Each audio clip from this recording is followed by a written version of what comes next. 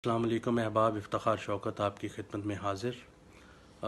गज़ल के चंद अशार पेश कर रहा हूँ कि सीधे सादों को भी होशियार बना देते हैं, धोखे दुनिया के समझदार बना देते हैं। सीधे सादों को भी होशियार बना देते हैं, धोखे दुनिया के समझदार बना देते हैं।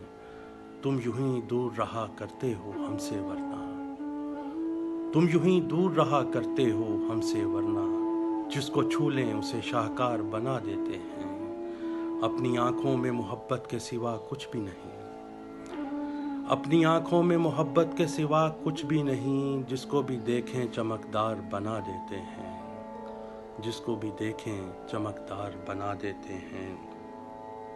बात इतनी है कि जो उसको पसंद आता है, बात इतनी है कि जो उसको पसंद आता है, हम उसी चीज़ को मय्यार बना देते हैं। बात इतनी है कि जो उसको पसंद आता है, हम उसी चीज़ को मय्यार बना देते हैं। हम जिन्हें देख के जीते हैं वो चेहरे शौकत, हम जिन्हें देख के जीते हैं वो चेहरे शौकत, देखते देखते बीमार बना देते हैं। बहुत शुक्रिया, बहुत नवाज़िश।